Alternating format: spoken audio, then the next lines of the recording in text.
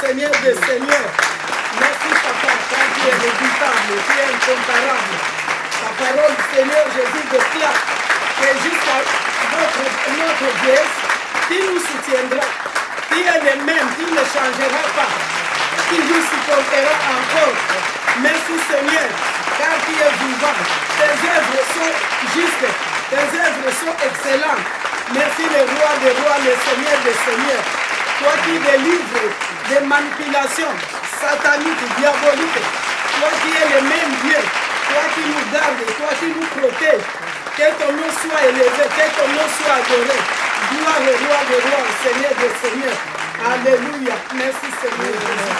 Merci le Tout-Puissant. Alléluia. Gloire au Seigneur.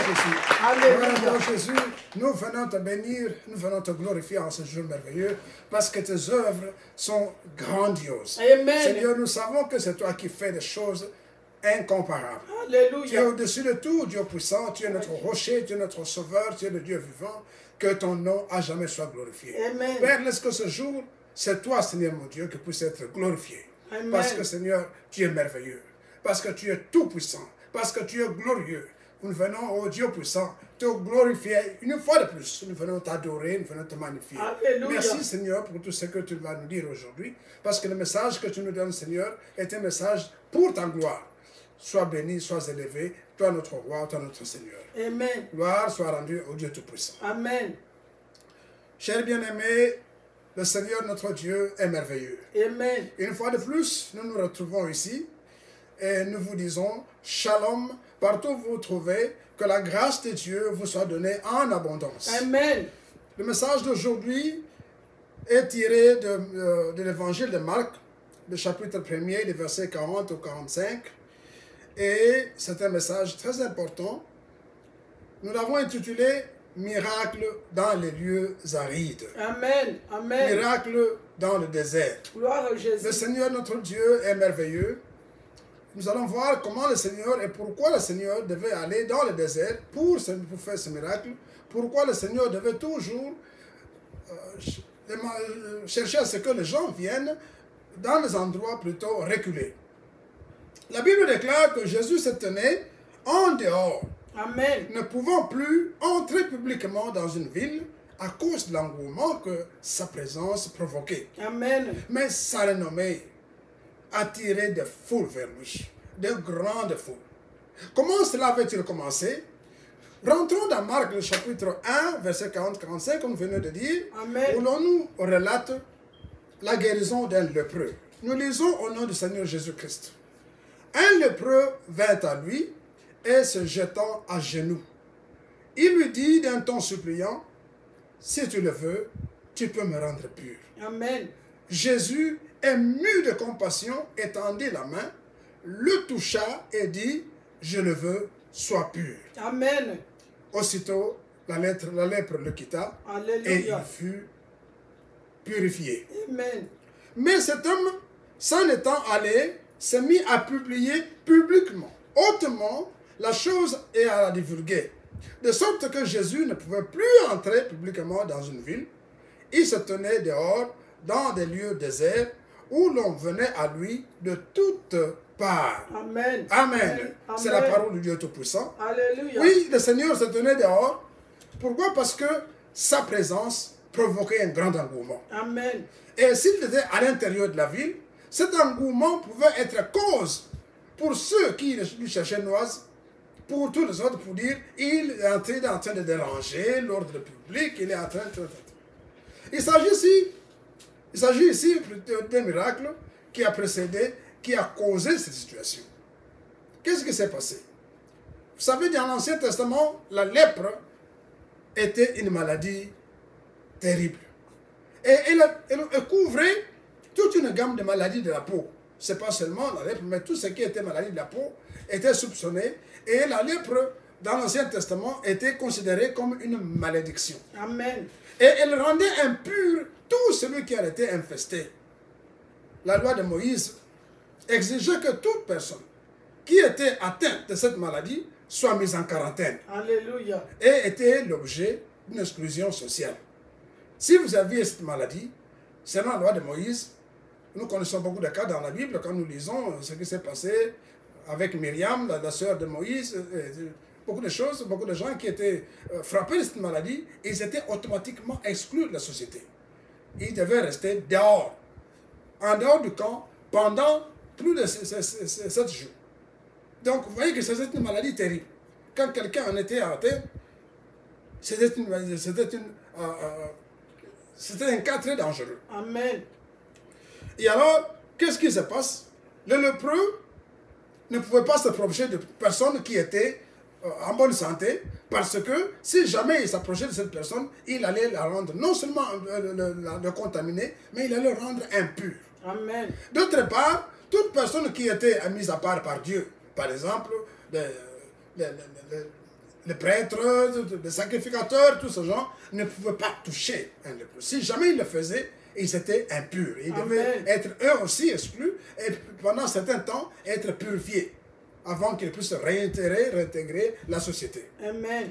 Alors, vous comprenez que quand quelqu'un avait cette maladie, il était presque condamné à mort. Amen. Pourquoi? Parce que jusqu'à ce qu'il allait mourir, il ne pouvait plus rentrer dans la société. Amen. À moins qu'un miracle se produise et qu'il soit purifié. Alléluia. Et s'il est purifié, il y avait un code, il y avait une procédure à suivre de façon à ce que cette personne puisse être réintégrée et le sacrificateur devait vérifier et devait s'assurer que réellement cette personne était pure. Alors, seulement après ça, il devait alors donner un sacrifice pour qu'on puisse rentrer encore dans la société. Alors, le lépreux en question, celui dont nous parlons ici, sachant très bien qu'il ne pouvait pas s'approcher de gens, a entendu parler de Jésus. Amen. Et le Seigneur passait par là. Amen. Et quand il a vu que le Seigneur passait par là, il a rassemblé tout ce qu'il avait comme force. Il a couru vers Jésus. Et la Bible dit qu'il s'est jeté à ses pieds. Amen. Il dit, Seigneur, si tu le veux, rends-moi pur. Alléluia. La Bible déclare que Jésus était ému de compassion. Amen. Malgré ce que disait la loi, malgré les problèmes, Jésus, la Bible dit, le toucha. Amen. Amen. Hein? Il le toucha et il le purifia. Amen. La Bible dit qu'aussitôt, il fut rendu pur. Amen. Bien aimé, ça c'était des cas rares. Il fallait d'abord un courage baillard de la part de celui qui devait, de malade, qui devait aller toucher la personne sacrée. Et aussi, la personne sacrée, en touchant cette personne, se rendait impure. Seulement Jésus, c'est Jésus. Amen. Jésus, c'est Dieu. Gloire à Jésus. C'est pourquoi la Bible dit qu'il était ému de compassion. Amen. Et il le toucha. Amen. Il le toucha et le rendit pur.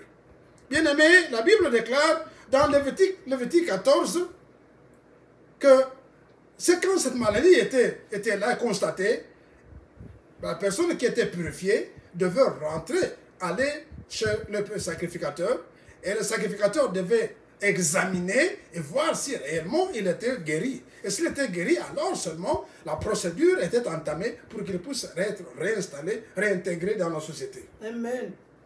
Donc, voyez-vous bien aimé, lorsque cette personne était purifiée par le Seigneur lui avait demandé de ne pas en parler. Amen. Il a dit, n'en parle à personne, va seulement chez le sacrificateur et fais ce que tu dois faire. Mais vous comprenez bien aimé, ce n'était pas facile. Pourquoi? Parce que les personnes qui étaient exclues de la société développaient aussi des blessures spirituelles, Amen. des blessures physiques et morales. Et le plus de douleur, c'était quoi? Ils constituaient dans la conviction qu'ils étaient inutiles. Amen. Vous comprenez, quand on vous avait jeté, quand la société vous a vomi, quand la société vous a déclaré, vous étiez déjà mort. Alors, même si c'était au début de la maladie, par le fait que vous étiez exclu de la société, vous étiez blessé intérieurement et votre vie était presque finie. Donc, beaucoup de ces gens, ils mouraient non seulement de la maladie, mais surtout de la blessure, des blessures qu'ils recevaient dans leur intérieur. Du rejet. Amen. Ils étaient rejetés. C'était des gens qui ne valaient plus rien. C'était des locks humains. Alors vous comprenez, quand Jésus l'a remis à la vie, Amen. pouvait-il vraiment se taire? Comment le pouvait-il? Alléluia. Comment le pouvait-il? C'est pourquoi Jésus le Sauveur ne pouvait pas rester indifférent devant une personne qui venait à lui. Ce n'est pas lui qui allait vers eux, c'est eux. quand quelqu'un avait ce courage de venir et de considérer que Jésus était le sauveur et que seul lui pouvait l'aider, alors automatiquement il l'aidait. Amen. Mais ils n'étaient pas nombreux ceux-là. Dans la Bible, nous avons quelques récits de quelques gens qui ont eu ce courage de s'approcher de Jésus et cela a été purifié. Mais beaucoup d'autres, en Israël, il y en avait beaucoup.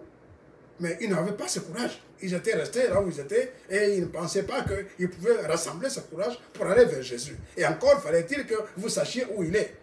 Amen. Hein? Amen. Le Seigneur, notre Dieu, est merveilleux. Cet homme était arraché à la mort. Vous comprenez? Il était déjà mort.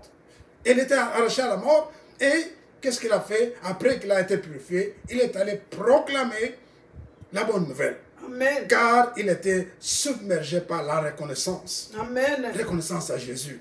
Et il ne pouvait pas se taire. Alléluia. Même si le Seigneur lui avait intimé l'ordre de ne pas le dire, comment le pouvait-il? Amen. Bien-aimé, chacun de nous ici, si le Seigneur te bénit avec beaucoup de...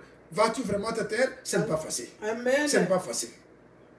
Voilà donc, la Bible dit que Jésus se tenait en dehors de la ville. Voilà ce qui avait précédé le fait que le Seigneur n'est pas entré à l'intérieur. Parce que dès qu'il arrivait quelque part, il ne pouvait même pas se cacher. Les gens savaient que Jésus était quelque part. Des gens venaient de partout. De partout, ils allaient vers lui. Ils accouraient des malades, des gens qui avaient des cas et des curieux aussi. Comme nous avons Amen. passé. Alors vous comprenez qu'à l'intérieur d'une ville, ça aurait fait un grand boucan, un engouement terrible. Voilà Amen. pourquoi le Seigneur se tenait toujours dans des lieux déserts, où il guérissait des foules qui accouraient vers lui. Bien-aimé, il y a une puissance en Jésus-Christ. Alléluia. Et tout milieu devient favorable. Amen. Bien-aimé, même le désert, quand Christ se présentait dans le désert n'était plus désert. Amen. Il était transformé. Amen. Parce que c'est là où les gens arrivaient. Et quand les gens arrivaient, ils recevaient des bénédictions, des grandes bénédictions. Des malades étaient guéris. Ceux qui étaient... Et même ceux qui avaient faim, il a fini par les nourrir. Alléluia. Comme nous allons voir, là où, dans ce que nous allons dire ici, le Seigneur changeait les choses. Amen. Il changeait les choses. Au temps favorable, il rend toutes choses agréables. Amen. Il n'y a pas de désert pour Jésus ou devant Jésus. Sa parole nous a franchis et nous donne la force de continuer le chemin à ses côtés. Amen. Amen. Mais c'est quoi le désert, bien-aimé? C'est quoi le désert?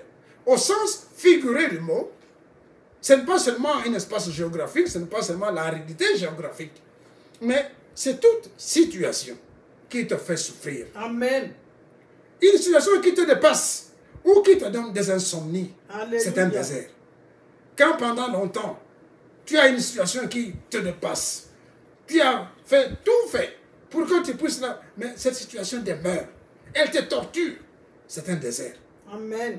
Ce désert terminera le jour où cette situation sera résolue. Alléluia. Bien-aimé, Jésus transforme notre désert en une vie productive et féconde. Amen. Une vie productive, une vie utile et féconde. Amen. Ésaïe 35, versets 1 et 2 dit ceci. Le désert et le pays aride se réjouiront. Alléluia. La solitude s'égaira et Amen. fleurira comme un Amen. narcisse. Elle se couvrira de fleurs et tressaillera de joie, Alléluia. avec chant d'allégresse et cri de triomphe. Ils verront la gloire de l'Éternel, la magnificence de notre Dieu. Amen. Alors s'ouvriront les yeux des aveugles. Alors s'ouvriront des oreilles des sourds. Alors le boiteux sautera comme un cerf. Amen. Et la langue du muet éclatera de joie. Alléluia. Car des eaux jailliront dans le désert, des ruisseaux dans la solitude. Le mirage se changera en étang, et la terre desséchée en source d'eau. Amen. Bien-aimé, quand Jésus est venu, cette prophétie d'Ésaïe, qui avait été écrite des années, s'était réalisée par qui? Par la venue du Messie. Amen. Et quand Jésus allait quelque part, les malades étaient guéris, les estropiés commençaient à marcher, les aveugles voyaient, les sourds entendaient, les morts ressuscitaient. Voyez, ce qui était désert devenait maintenant vivable. Amen. Jésus changeait la situation. Amen. Jésus changeait la situation. Et encore aujourd'hui, bien aimé, Amen. il change vos vies. Amen. Aujourd'hui encore, si tu vas à Jésus, ta vie sera changée. bien-aimé. Alléluia. Il s'agit que tu aies la foi. Amen. Que tu aies la foi. Quand tu as cette foi d'approcher Jésus, de venir à Jésus, comme c'est le lépreux dont nous venons de parler. Il y avait beaucoup de lépreux, nous avons dit ça. Il y avait beaucoup de lépreux en Israël. Mais il n'y a que celui-là et quelques-uns d'autres qui avaient rassemblé leur courage, qui sont arrivés à Jésus, qui ont été purifiés. Bien-aimé, toi aussi là où tu te trouves, Amen. quel que soit ton désert, quelle que soit la situation que tu es en train de passer, quelles que soient les difficultés que tu rencontres, bien-aimé, si tu vas à Jésus-Christ, tu ne regretteras pas. Alléluia. Mais c'est demande que tu aies ce courage. Le courage que le lépreux avait eu. Il savait que la loi interdisait toute personne dans cette condition de s'approcher d'autres gens. Mais lui devait enfreindre cette loi. Amen. Parce qu'il savait que sa solution se trouvait entre les mains de Jésus. Amen. C'est ça le problème. Le problème que beaucoup de gens ont, c'est lequel? C'est de se dire, Jésus-Christ ma solution. Je vais quitter ce que j'ai. Je vais faire ceci pour aller à Jésus-Christ. Amen. Pour approcher le Christ. Pour pouvoir glorifier le Dieu Tout-Puissant. Pour pouvoir lui demander. Beaucoup de gens disent, non, c'est toujours comme ça. Ça a toujours été d'ailleurs. Qu'est-ce que... Je ne pense pas. Non, bien-aimé, Jésus est là pour toi. Amen. Jésus est mort et ressuscité. Il a dit, il est vivant. Il sera toujours avec nous jusqu'à la fin des temps. Amen. Je suis avec vous jusqu'à la fin des temps. Donc, bien-aimé, voilà pourquoi nous devons nous approcher de Jésus. Jésus n'est pas mort, bien-aimé. Il est vivant. Il est réel. Le Jésus que nous annonçons, c'est un Dieu merveilleux. C'est un Dieu puissant. Un Dieu amour. Tout ce qu'il demande, c'est que nous prenions ce courage. Ce courage d'aller vers lui. Ce courage de l'approcher. Ce courage de l'invoquer. C'est le courage de l'implorer. Parce que quand nous le faisons, le Seigneur notre Dieu étend sa main et il te purifie. Amen. C'est pourquoi je vous demande, bien-aimés, que vous ayez ce courage. Ce courage de vous lever, d'aller vers Christ. De vous lever, de glorifier Jésus. De recevoir comme votre Seigneur, votre Sauveur. Alléluia. Amen. Bien-aimés, la Bible dit que Jésus a passé 40 jours au désert pour que nous soyons libres. Amen. Et que l'abondance devienne une réalité pour tout enfant de Dieu, Amen. pour tout celui qui le reçoit. Amen. La croix de Jésus et son sacrifice furent aussi un désert pour le Christ. Pourquoi je le dis? Pendant tout ce temps, Jésus n'a rien mangé, Amen. rien bu. Il était là, arrêté, on l'a mené, on l'a malmené, on le bousculait, on a fait toutes sortes de choses sur lui. C'était un désert. Ce désert est terminé quand il a dit, Seigneur, je rentre à ta main, je remets ma vie. Et après, il a été enterré, et le troisième jour, il est sorti. Et quand il est sorti du tombeau, ce désert a été consumé. Amen. Amen. Ton désert aussi, bien-aimé, a été consumé. Amen. Parce que Jésus-Christ est sorti triomphalement de ce tombeau. Amen. Il est vivant. Il est vivant à jamais. Et il dit, bien-aimé, venez à moi. Vous tous qui êtes chargés, je vous donnerai du repos. Le Seigneur, notre Dieu, est merveilleux. Sa résurrection amenant une abondance de paix, une abondance de joie et un triomphe pour tout celui qui le reçoit comme Seigneur et Sauveur. Amen. Dans Marc 6, le verset 31 à 40, Jésus et ses disciples se retiraient dans un lieu désert pour essayer de se reposer. Mais la foule l'avait repéré et le poursuit. Et encore une fois, ému de compassion, Jésus guérit leurs malades et il leur procure la nourriture en abondance. Ils étaient dans un endroit limite. La Bible dit qu'ils étaient dans un endroit très reculé. Ils n'avaient pas de nourriture. Mais ces gens qui étaient venus en masse, qui étaient venus là, qui le suivaient depuis quelque temps, ils n'avaient plus à manger. Amen. Et le Seigneur dit non, on ne peut pas le laisser comme ça. Il a dit, est-ce que vous avez la nourriture? Les apôtres ont dit, les disciples ont dit, nous n'avons pas assez, nous n'avons que 5 pains et 2 poissons. Il a dit, amenez ça. Il a rendu grâce et cela a été multiplié. Amen. C'est la multiplication des pains. C'est la multiplication des poissons. Et la Bible dit que c'est le miracle, donc, il a nourri 5000 hommes. Amen. Hein? Amen. 5000 hommes. La Bible dit, ceux qui avaient mangé le pain étaient 5000 hommes. Bien aimé, quand la Bible dit qu'ils étaient 5000 hommes, est-ce qu'il n'y avait que des hommes? Non, les femmes. Il y avait des femmes aussi. Amen. Il y avait des enfants aussi. Alléluia. Ce qui veut dire, puisqu'en ce moment-là, les femmes et les enfants n'étaient pas considérés dans la tradition juive. On ne parlait que des hommes. Mais quand on compte très bien, on va voir que d'habitude, même aujourd'hui, vous voyez, même dans les églises, il y a plus de femmes que d'hommes. Et il y a des enfants aussi, beaucoup de jeunes gens. Donc, si nous devons faire un véritable calcul, 5000 hommes, ce serait fois 3. Donc, le miracle de la multiplication des pains avait nourri au moins 15 000 personnes. Bien-aimé, Jésus est là pour toi. Il est là pour moi. Quelle que soit la gravité de la situation ou la profondeur de ton désarroi, Jésus est capable de te soulager si tu te confies en lui. Amen. Avec assurance Amen. et avec foi. Il va te soulager, bien-aimé. Je reçois N'écoute le nom pas de les Jésus. naysayeuses. Amen. N'écoute pas les incrédules. N'écoute pas les pessimistes, les cyniques et même les désespérés. Il y a de l'espoir. Car Jésus-Christ est là pour toi. Il est là pour, il est vivant. Jésus-Christ est très actif, bien-aimé. Mets en lui ta confiance, il agira. Le Seigneur est là. Il veut te donner sa vie.